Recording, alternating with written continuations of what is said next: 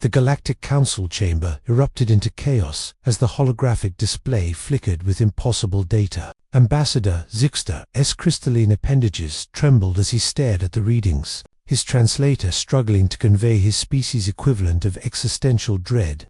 "This cannot be accurate," High Counselor Mervis announced, her scaled skin shifting through colors of deep concern. "The Krell Armada was our greatest threat. 700 warships, battle-hardened crews, and now, nothing." Isabella Chen stood at the observation deck of the Prometheus, her dark eyes fixed on the debris field that stretched across the void like a cosmic graveyard. Beside her, Leo Martinez checked the tactical readouts for the third time, still unable to believe what they'd just witnessed. "The Council is demanding answers," Leo said quietly, his fingers dancing across the holographic interface. 17 different species, all asking the same question. "Who the hell are we?" Isabella allowed herself a slight smile. Funny how they never cared to ask before. The Krell had made their intentions clear 6 months ago, when they obliterated the Viridian colonies, killing 3 billion sentients in a matter of hours. The Galactic Council had convened, debated, and ultimately decided that military intervention was too risky. The Krell Empire was too powerful, too advanced, too ruthless. They hadn't counted on humanity. Earth had been admitted to the Galactic Council only 5 years prior, classified as a Class 3 developing civilization, primitive by galactic standards. Their ships were slower, their weapons less sophisticated, their technology laughably outdated. The Council had accepted humanity's membership primarily as a formality, a gesture of goodwill to a species that showed promise but posed no threat. They hadn't looked deeper. "Captain Chen," the communication officer called out, "we're receiving a priority signal from the Council. They're demanding we report to the central chamber immediately." Leo exchanged a glance with Isabella. "Think they're grateful?" "Grateful?" Isabella chuckled darkly. "They're terrified." The journey to Council Station took 3 days, during which the galactic networks exploded with speculation. 17 advanced civilizations, each with centuries or millennia of spacefaring experience, tried to comprehend what their sensors had recorded. A human fleet unregistered, and supposedly impossible had appeared at the edge of the Krell Armada's formation. 72 ships against 700. The outcome should have been a massacre. It was. Just not the massacre anyone expected. The human vessels had moved with a precision that bordered on prescient, their weapons based on principles the Council's scientists were still trying to understand, had torn through Krell shields like they didn't exist. What the Council thought would be humanity's futile last stand had instead become the most decisive military victory in recorded galactic history. The entire engagement lasted 11 minutes. When Isabella and Leo entered the Council chamber, the vast circular room fell silent. Thousands of eyes, sensors, and optical receptors focused on the 2 humans who walked calmly to the central platform.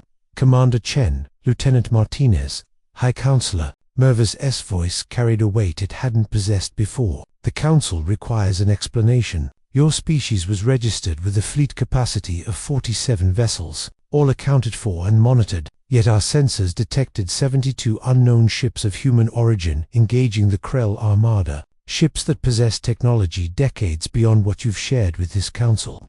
Isabella met the High Counselor's gaze without flinching. "With respect, Counselor, we shared exactly what was asked of us. You requested our civilian ship registrations and our defensive fleet composition. We provided both, accurately and completely. Then where did this fleet come from?" Ambassador Zixter demanded, his crystalline form pulsing with agitated light. Leo stepped forward, his voice calm and measured. "From Earth, where else?" "Impossible," another counselor shouted. "We have monitoring stations throughout human space. We would have detected such construction." "You have monitoring stations around our registered colonies and trade routes," Isabella corrected. "Did you really think a species that conquered our own solar system before developing faster than light travel would stop at just the worlds we told you about?" The implication hung in the air like a gravity well. "How many?" Mervis asked quietly. "How many what?" Isabella replied, though everyone knew what she was asking. "How many colonies do you actually have? How many ships?" Isabella glanced at Leo, who pulled up a holographic display. The Council chamber gasped collectively as the data populated. Instead of the 12 registered human colonies, the display showed instead of 47 defensive vessels, the registry listed over 400 combat-ready warships, with another 600 in various stages of construction.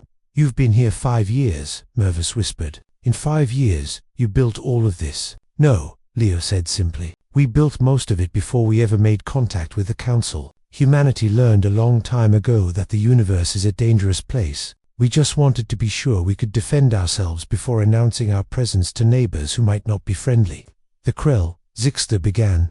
The Krell attacked an innocent species, and you did nothing, Isabella interrupted, her voice sharp as steel. You debated and deliberated while billions died. Humanity doesn't have the luxury of your patience. We've survived ice ages, world wars, nuclear weapons, and climate catastrophes. We've clawed our way up from the caves to the stars, and we did it by protecting our own. So you took it upon yourselves to eliminate the Krell threat. Another counselor challenged. No, Isabella said. We eliminated a threat to civilized space. The Krell wanted to expand through genocide. We stopped them. You're welcome, by the way.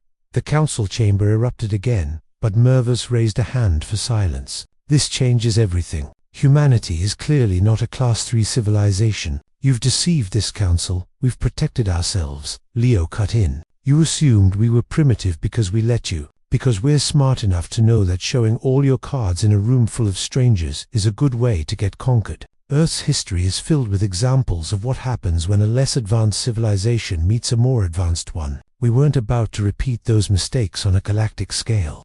Isabella continued. We came to the council seeking peaceful cooperation. We shared our culture, our art, our science, the parts that wouldn't make us vulnerable. And when the council proved unwilling to stand against tyranny, we did what we've always done. We stood up anyway.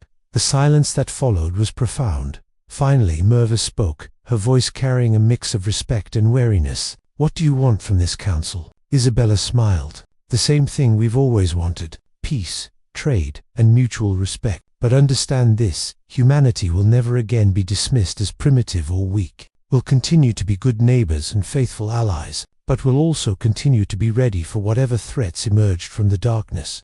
And if the council views humanity itself as a threat, Zixter asked. Leo's expression hardened. Then you'll have learned nothing from what happened to the Krell. The two humans turned and walked from the chamber, leaving behind a council that would never view humanity or the universe the same way again. As the Prometheus undocked from Council Station, Isabella stood once more at the observation deck, watching the stars. Think they'll come around? Leo asked. Eventually, Isabella replied. Fear turns to respect, given time, and respect is all we've ever really wanted. Behind them, across 73 colonies and hundreds of ships, humanity continued to build, to grow, and to ensure that never again would they depend on others for their survival. The galaxy had finally met humanity, and the galaxy would remember.